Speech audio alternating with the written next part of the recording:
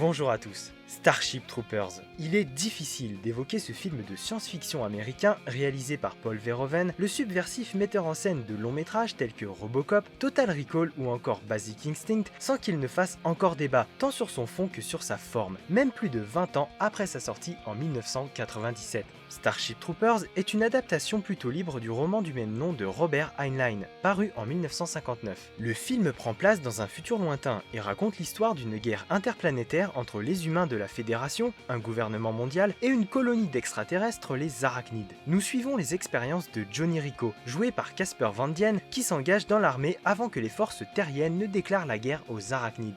Satire antimilitariste, mise en avant par les faux spots de propagande tout au long du film, Starship Troopers possède différents niveaux de lecture et est globalement incompris à sa sortie, certaines critiques allant même jusqu'à le qualifier de film fasciste. Je ne peux que vous rediriger vers l'épisode consacré à Starship Troopers de l'excellente chaîne Nexus 6, qui est l'une des analyses du film les plus intéressantes selon moi. C'est gay ma bitch. Oh, t'es trop sentimental. Oh, ça, c'est ce qu'on verra. La licence a connu le meilleur, comme le pire.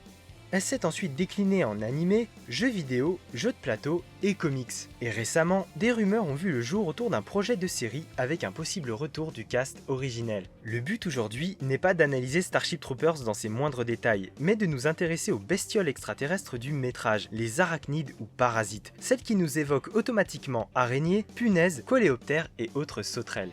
Phil Tippett est le superviseur des effets spéciaux du film. L'homme a travaillé sur plusieurs petits films pas très connus comme Jurassic Park ou encore la trilogie originale de Star Wars. Et plus récemment sur les effets visuels de la saga Twilight et de Jurassic World. Habitué à utiliser les techniques d'animation traditionnelles comme le stop motion, Tippett a notamment travaillé sur le Robocop de Paul Verhoeven avec son assistant Craig Hayes. Les deux hommes sont à nouveau engagés par Verhoeven pour la conception des créatures de Starship Troopers. Fort de son expérience sur les effets visuels de Jurassic Park, travailler sur le métrage est pour Tippett une opportunité de faire évoluer davantage les méthodes d'animation numérique. Craig Hayes est quant à lui chargé de la conception des aliens du film. Si Starship Troopers est presque indémodable encore aujourd'hui, c'est parce qu'il mêle les effets numériques de Phil Tippett et son équipe, ainsi que des effets pratiques conçus par le studio ADI.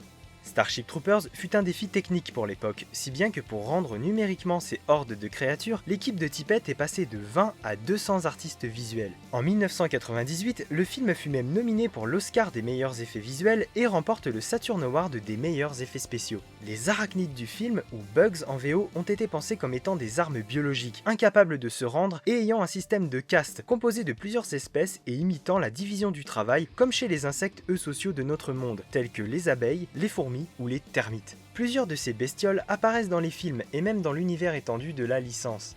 Mais aujourd'hui, nous allons nous attarder sur les plus iconiques et présentes dans le premier film, le guerrier arachnide. C'est le fantassin de l'armée arachnide. Son design jaune et noir devrait servir d'avertissement pour n'importe quel humain. En effet, le choix de sa teinte jaune et noire n'est pas un hasard. Selon le concepteur des créatures du film, Craig Hayes, l'idée de l'emploi de ce motif provient d'insectes comme les guêpes de nos régions. Car dans la nature, certains animaux potentiellement dangereux pour quiconque serait tenté de les dévorer se protègent en le signalant à l'aide de couleurs vives comme le jaune ou le rouge. Les guêpes que l'on trouve en France par exemple l'ont très bien compris. Même d'autres insectes plus inoffensifs comme certaines espèces de mouches, de coléoptères ou encore de papillons emploient cette stratégie. Il s'agit alors de mimétisme. Pour finir, les énormes mandibules carnassières des guerriers arachnides tirent elles aussi leur inspiration de l'un des plus longs coléoptères du monde. Il s'agit du dynaste Hercule. Cet énorme scarabée rhinocéros fait partie du très grand ordre des coléoptères.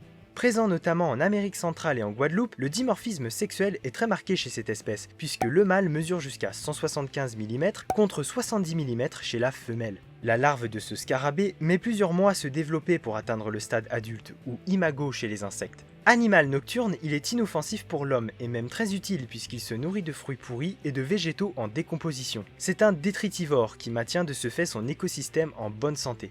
Comme je le disais précédemment, les terrifiantes mâchoires des soldats arachnides tirent leur inspiration des cornes du dynaste Hercule. L'une, la plus longue, la corne protothoracique, et l'autre, la corne céphalique, qui est la plus courte et articulée. Et vous l'aurez sans doute compris, ces cornes servent de pince, plus particulièrement durant les affrontements entre mâles lors de la période de reproduction. Tout ça pour les beaux yeux d'une femelle. Selon une étude récente, la taille des cornes chez le mâle n'aurait pas d'importance pour la femelle. Seule l'issue du combat compte. L'un des deux mâles doit soit reculer, être retourné sur le dos, ou pire, dans de rares cas, être tué et coupé en deux. Ça ne vous rappelle rien ?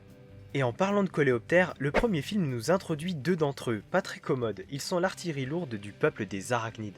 Dans le premier opus, il évoque un ver luisant sous stéroïdes, il s'agit du plasma bug. Dans la scène iconique de l'invasion de Klendatu par les troupes de la Fédération, la créature se sert de plasma, qu'il projette à l'aide de son abdomen soutenu par de puissantes pattes en direction du ciel de la planète afin d'atteindre et de détruire les nombreux vaisseaux humains en orbite autour de cette dernière. C'est en quelque sorte un canon sur pattes, une arme biologique. Nos héros croisent plus tard son homologue, le cuirassé ou tanker. Pensé comme un char d'assaut et évoquant les chars lance-flammes de la Seconde Guerre mondiale, le tanker est lourd et en impose. Directement inspiré par nos scarabées terrestres, la créature de Starship Troopers pulvérise un liquide acide, corrosif et semblant être inflammable, à l'aide d'une sorte de bec situé au-dessus de sa tête en direction de ses ennemis. Sur Terre et dans la réalité, plusieurs coléoptères, plus petits bien évidemment, combinent les capacités de ces deux gigantesques créatures. Il s'agit des coléoptères bombardiers. Il en existe 500 espèces différentes, et ces insectes ont un mécanisme de défense bien à eux. Dès qu'il est dérangé, un coléoptère bombardier peut vaporiser un liquide chimique corrosif sous forme de spray sur ses ennemis. Pour ce faire, deux types de réactifs, le peroxyde d'hydrogène et des hydroquinones, sont produits par un tissu sécréteur, puis sont stockés dans une chambre réservoir. Lorsque l'animal se sent menacé, une valve s'ouvre et laisse passer ces réactifs vers une chambre de réaction, où ils vont entrer en contact avec des enzymes catalyseurs, ce qui va provoquer une réaction explosive de benzoquinone accompagnée de vapeur d'eau et d'une température allant jusqu'à 100 degrés. Mais c'est pas tout.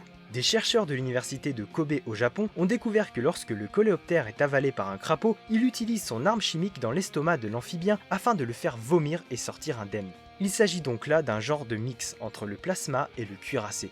Une fois encore, la nature inspire les équipes créatives du cinéma en jouant avec les capacités de certains animaux du monde réel. Starship Troopers est aujourd'hui mieux compris et une chose est sûre, c'est qu'il aura contribué à faire évoluer les effets numériques de films plus récents, en créant par exemple les hordes d'arachnides avançant aveuglément tels des fourmis livrant bataille, un peu comme les soldats de la Fédération en fait.